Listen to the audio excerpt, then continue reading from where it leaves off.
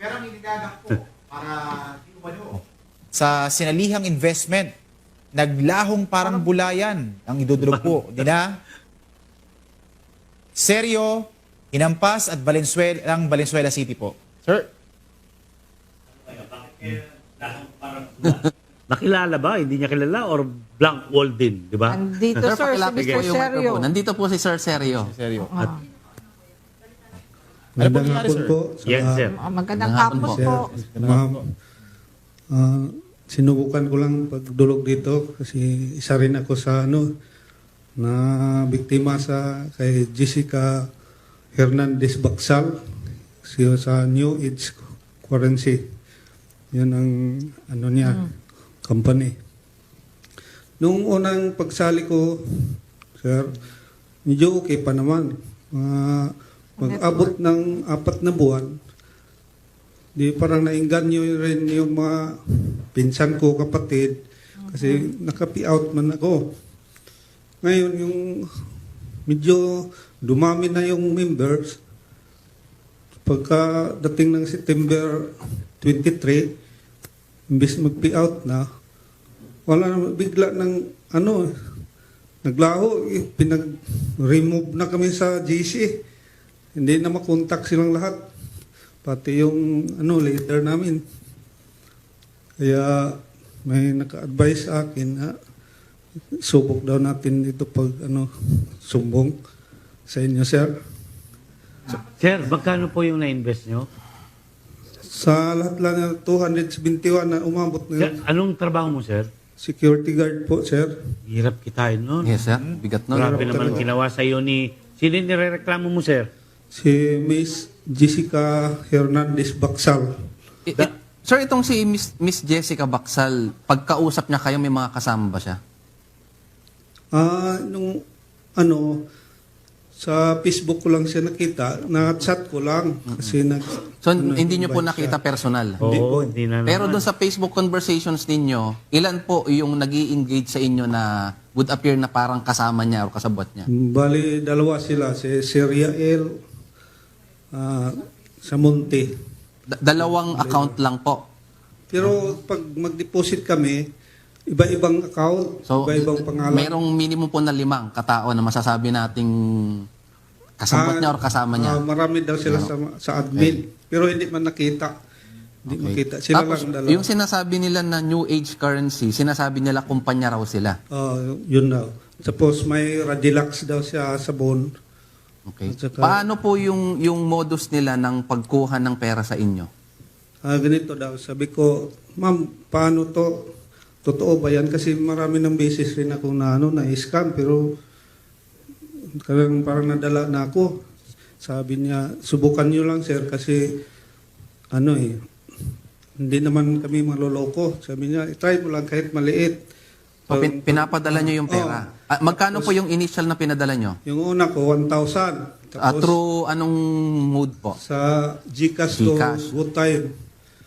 O, kanino Gcash account nyo pinadala? Yung una kay Jessica Bacsal. Okay. Oo.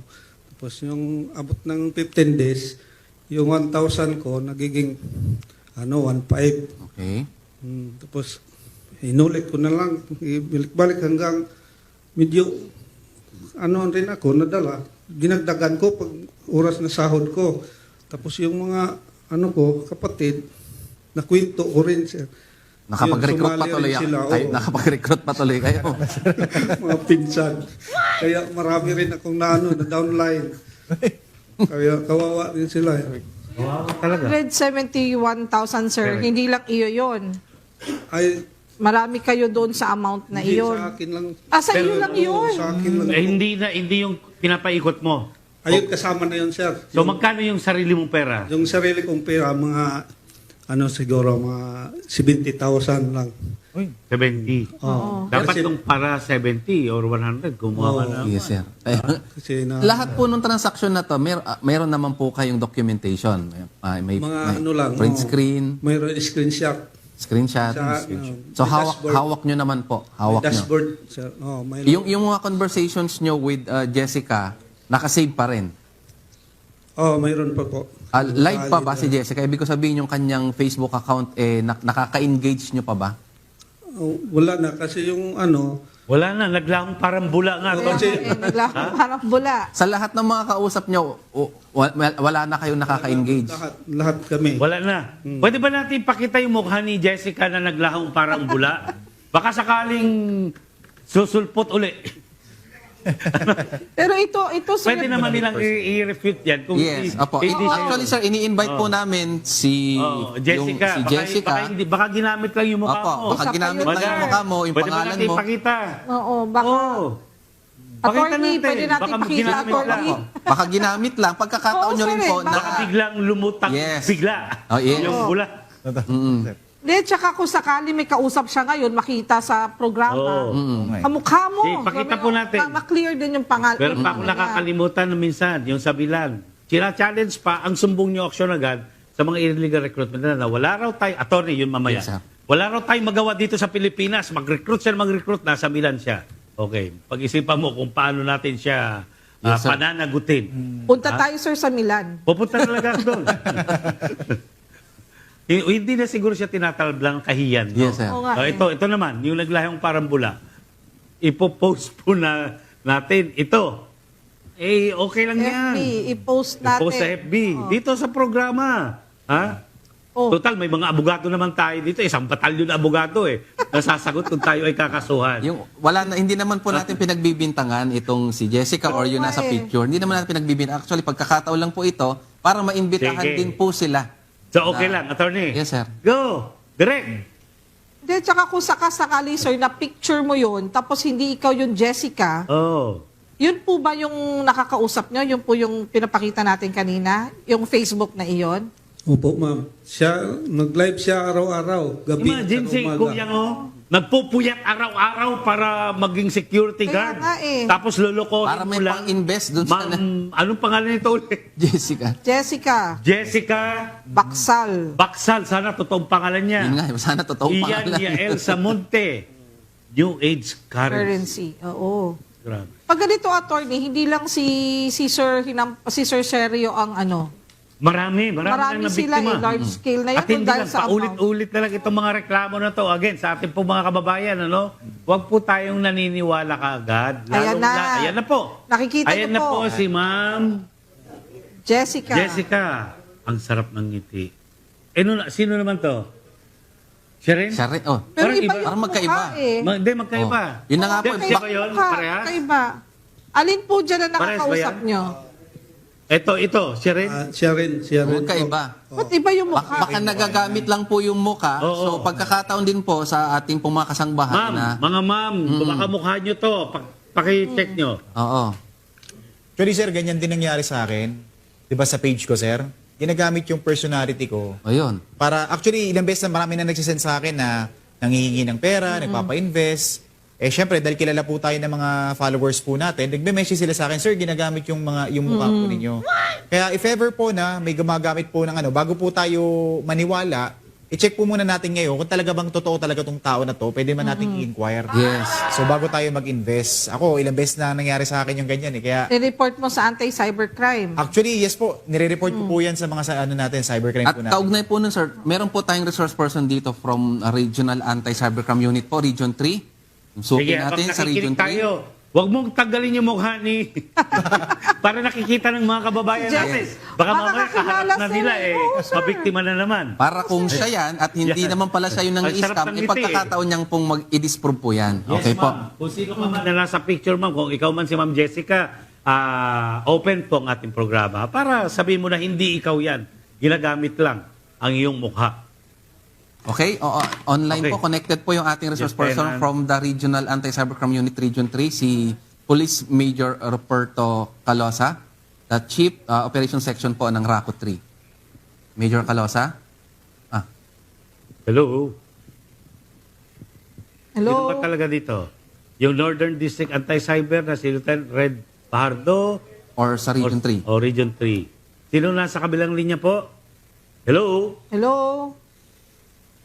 Hello po sir, good afternoon po. Okay, si Lieutenant, Police Lieutenant Red Vowen Pajardo, Yes po, Assistant sir. Chief ng Northern District Anti-Cybercrime Response Team.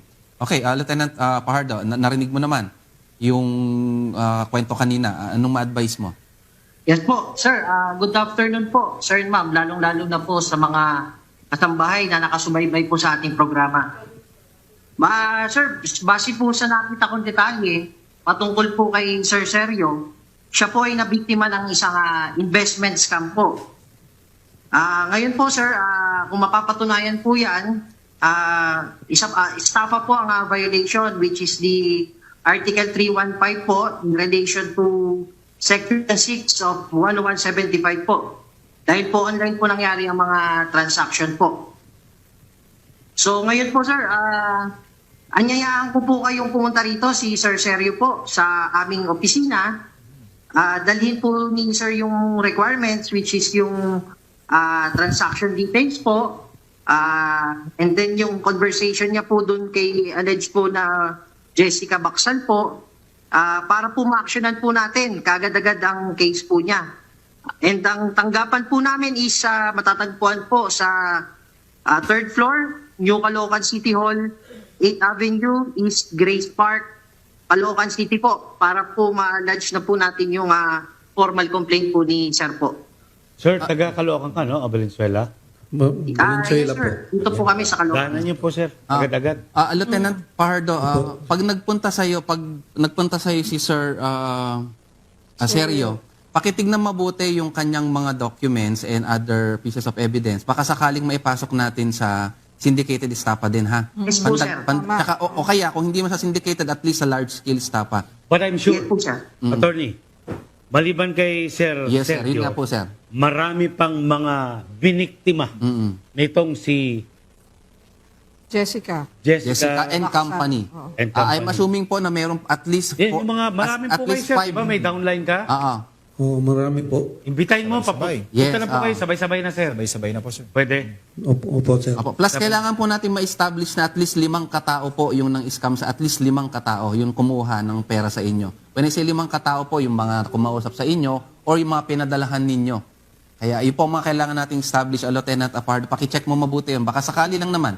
Para bumigat-bigat ng Bumigat. konti pa. Yung kanyang... Tatlo na yun eh. Yun nga po, lumalabas, 3 na yun. 2 na lang, 5 na. Di, baka pumasok na na syndicated, non-available na yan. O, baka sakali lang naman po, baka sakali lang. Hindi, Depende lagay mo po sa na lang si Juan de la Cruz at saka si Juan. Para talagang hindi na makakalabas yan. Yes. Attorney, di ba? Yes. Alam mo naman, pag tayo Yes, sir. imbestiga, Yun nga po, talagang sir. mga Yun nga, sir. salbahe yan. Yun nga, sir. Sabi nga ni Sir Sergio kanina, siya ay naging biktima din. Sa simula pa lang kanina. So alam nyo na meron na rin dati si Miss Jessica Baksal na mga reklamo. Doon na nalaman ko sa ma'am, yung nangyari na hindi na kami nakapi-out. Kasi pumupunta daw siya sa Davao, sa Bacolod, nag-open pa siya ng office doon. Nako, Pero sir, hindi mo pa siya na-meet in person. hindi pa. Hindi Online po. lang. Wala kang kutob man lang na manloloko yun. Wala, kasi may pinapakita rin siyang mga mga galing daw sa sick. Ganyan po kagagaling sila. Yes. Oo. Ha? Ganyan po kagagaling Yung mga ang mga scammer. manloloko Yes. na scammer na to. Mga nasa online. Wag po again, mga kababayan, no, kahit paulit-ulit tayo, hindi po kami magsasawa na paulit-ulit rin po kaming mangungulit sa inyo. Sabihin sa inyo na wag po kayong naniniwala agad-agad. Lalong-lalo na po kung hindi po nyo sila na-meet in person at Tama. hindi nyo sila kilala ng lubusan. Diba? Si Sir talagang blanco eh. Online lang. Blanco talaga. Malay natin, yung Jessica na pangalan ay gawa-gawa lang. Gawa-gawa Diba? lang. Tapos yung pala, mukha, hindi De Leon naman ang pala. totoong pangalan niya. Diba? Ayos. Sa umpisa, pinakita sila, pinapadama, then Yun. pagka sumarap, Pero, oo. ano na ulit, roll na lang yung ano. Pero hindi kayo mabubuting tao. Pinaghirapan itong mga Yes. nag-invest sa inyo. Ang bawat piso na ibinigay sa inyo. Pero dapat ang mga ma-scam dito, yung mga simani nila. Sir, makakapunta po ba kayo kay Lieutenant Pajardo? Kailan po kayo makakadalaw po, makakapunta po sa kanya? Pwede ngayon, sir. Yan, oo. Lieutenant Pajardo, anong instruction mo kay Sir Sergio? Hello? Lieutenant Pardo, nawala Lieutenant na si Pardo, Red. hello? Naputol. Oo. Anyway, Action Center, papunta na si Kuyang doon. Okay? Nagtatrabaho ka pa, sir, ngayon? Bali, panggabi ako po. Panggabi. Alam mo, Oo. graveyard shift pa, sir. Feedback agad para malaman natin kung ano naging aksyon. Dahil Sabi ni Sir, paano niyo nalaman itong programa na nanonood din kayo? Nood lang ako. Tapos parang naano rin ako eh. Kasi gusto ko maka-extra income sana. Kaya yun ang nangyari. Huwag kayong mag-alala, sir, at magkakaroon tayo ng Action agad. action dito, sir. Maraming salamat po, sir. Thank you, Andiyan na si sir. Lieutenant Red? Wala pa. Anyway, pakakausapin po kayo ng staff natin kung paano kayo makikipag-ugnayan Yes. sa ating resource person. Ayan na Lieutenant si Red, Lieutenant. hello.